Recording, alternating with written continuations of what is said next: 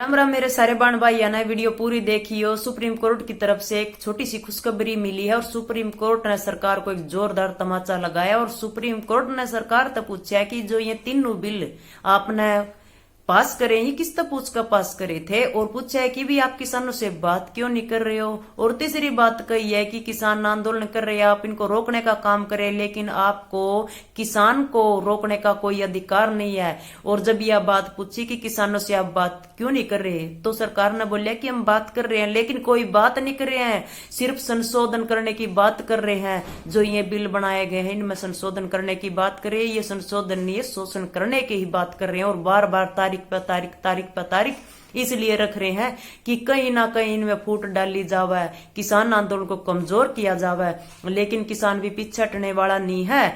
और ये हमने भी किसानों की भी ये आवाज है, ये जो बिल पास करे हैं भी उनको भी तो सामने लेके आओ, किस तरह बिल पूछ कर नहीं पास करे थे। जो किसान इतने क्रोध में है, इतने आक्रोश में है, तो उन लोगों को सामने लेकर आओ किस तरह पूछ कर अपने ये बिल पास करे थे।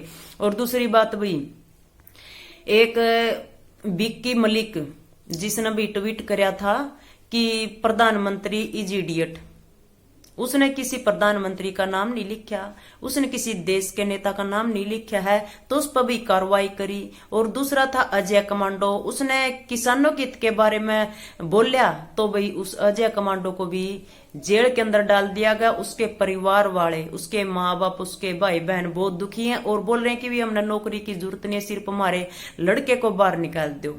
देखो भी, जो भी किसान के बारे में बोल रहा है, इसके हित के बारे में बोल रहा है और जो सच बोल रहा है उसको ऊपर ही कार्रवाई कराई या सरकार। मतलब सच बोलने का कोई अधिकार नहीं है, ये बात साबित करना चाह रहे हैं कि भी सच बोलने का कोई अधिकार नहीं है। अगर नौकरी करनी है, जैसे हम बोल रहे हैं सिर्फ वैसे ही करते जाओ, चाहे हम तुमको गुलाम बनावा, चाहे आपके साथ शोषण करा, मतलब सच नहीं बोलना है कुछ भी अगर नौकरी करनी है। तो देखो भी, जो भी सच बोल रहा है ये तो शुक्र मनाओ भी, हम जो है नौकरी नहीं कर रहे सरकारी, हम बोल रहे हैं धड़ाके तब बोल सका, हाँ खुल कर बोल सका, हाँ हमारे पर कोई कार्रवाई नहीं करी जाती। और कार्रवाई भी करेंगे तो कोई दिक्कत नहीं भाई, जो कार्रवाई करेंगे उस तभी कोई हम घबराते नहीं। हाँ लेकिन भाई जो सरकारी नौकरी करे हैं, बेल्ट की नौकरी करा है, उनको तो एक शब्द बोलने का भी अधिकार नहीं दे दिया सरकार, सच बोलने का अधिकार नहीं दे दी। और एक दीपक फौजी है भाई, मैंने कल फेसबुक पे देखा था, उस लड़के ने, उस भाई ने बिल्कुल एक को एक बात सही बोली है। और उसने यह भी बात कही है कि जो राजपथ पर 26 जनवरी मनाई जाए, ये बाहर से लोगा न बुलावा, विदेशी लोगा न बुलावा है, उनको वहां पर चीफ गेस्ट बनाकर कुर्सियों के ऊपर बिठाया जाए, उनका स्वागत किया जावा है। तो भाई हमने इस बात का विरोध करना पड़ेगा, क्योंकि दिल्ली हमारी है, राजपथ हमारा है, राजपथ की जगह वो किसान पथ है। वहां पर अधिकार सिर्फ जवान का और किसान का, ना कि विदेशी लोगों का।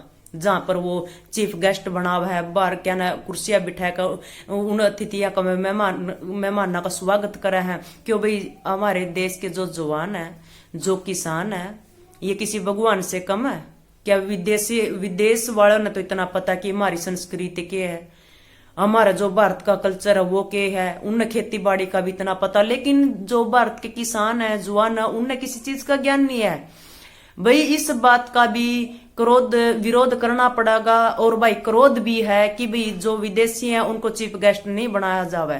चीफ गेस्ट बनाने हैं तो हमारे जो किसान है, हल चलाने वाले किसान है, बॉर्डर पर खड़े रहने वाले, दिन रात खड़े रहने वाले भाई जो जवान है, सिर्फ चीफ गेस्ट वही बनेंगे, ना कि किसी को, ना तो किसी नेता को अधिकार, ना किसी विदेशी लोगों को अधिकार है।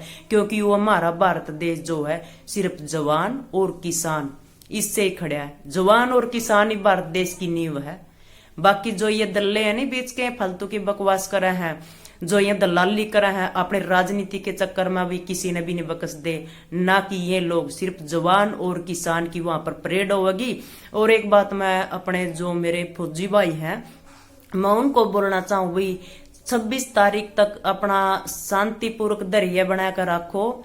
इसके बाद भी ना तो किसी नौकरी की जरूरत है, अगर बाप इतना दुखी है तो बेटा भी दुखी होगा, ऐसी नौकरी कोई जरूरत नहीं। लेकिन 26 जनवरी तक अगर कोई भी इस तीनों ये जो बिल हैं ये वापस लिए गए या कोई हल निकल गया तो ठीक है। उसके बाद भी अपनी नौकरी है ना, इसकी जरूरत नहीं है भाई, त्याग पत्र दे दियो अपनी नौकरियां तय। इन जब पता लगेगा, जब इनका पूरा सिंहासन इल्दा डुलदा दिखेगा निन्न, जब पता लगेगा कि भी किसान और जवान की क्या वैल्यू है।